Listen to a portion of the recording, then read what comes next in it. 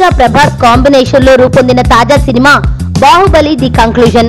ఈ cinema April 28న విడుదల కానున్నది. తెలుగులో ఈ అమ్ముడు నటించిన తొలి సినిమా సూపర్ విడుదలై అప్పుడే పుష్కరం అవుతోంది.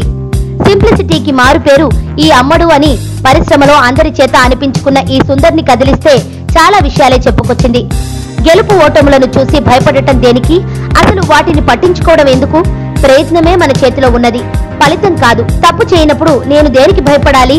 తెలిసి తప్పు చేసినప్పుడు అద్దంలో నన్ను నేను చూసుకునే ధైర్యం చేయలేను. కానీ ఇవాల్టి వరకు ఆ పరిస్థితి ఎదుర్కోలేదు. నేను నటించిన సినిమాలు విజయం సాధించడం, ఓటమి పొందడం అనేది నా చేతిలో లేదు. నిజాయితీగా కష్టపడి పనిచేయడమే నాకు తెలిసిన సూత్రం. మానసికంగా ఇంత దృఢంగా ఉండటానికి యోగా నాకు ఎంతగానో ఉపయోగపడుతుంది అని వివరించింది అనుష్క. సుబ్బు, నీకు తెలుసా, నాకు ఎర్లీ మార్నింగ్ ఒక కల వచ్చింది. నువ్వు నన్ను జ్యువెలరీ షాప్కి తీసుకెళ్ళి వడ్డానం కొనిచ్చావంట. ఏ టైంకి?